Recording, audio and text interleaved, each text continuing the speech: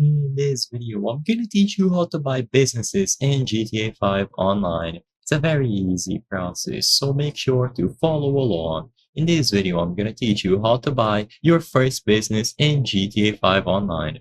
To do this, the very first thing that you will need is a property. So to find properties, go over to the internet and then in here, choose money and services. So pull out your phone, go to internet, and then select money and services. This will filter out all of the results to money and services, and what we are looking for are properties. So you can choose any of the property buyers that you see available here. So for example, Maze Bank, Dynasty 8. Basically, you are going to need a property somewhere to start.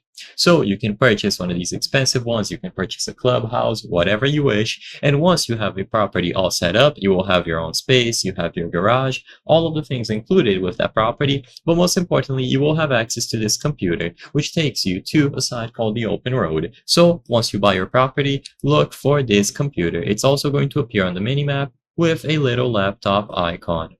Now, once you go here, like I said, you will access the Open Road. You will see the businesses that you own, and if you go over to the right, this is where you can buy businesses. So the focus of this video, they will be sorted here from low to high, and you can choose any of them.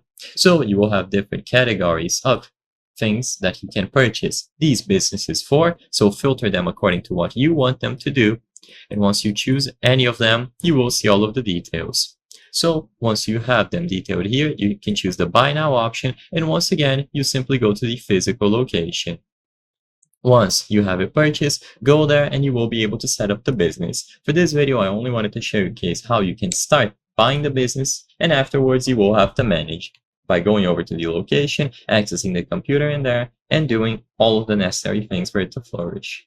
I hope I was able to help you on how to buy a business in GTA 5 online. If this video helped you, please be sure to leave a like and subscribe for more very easy tips. Thank you for watching.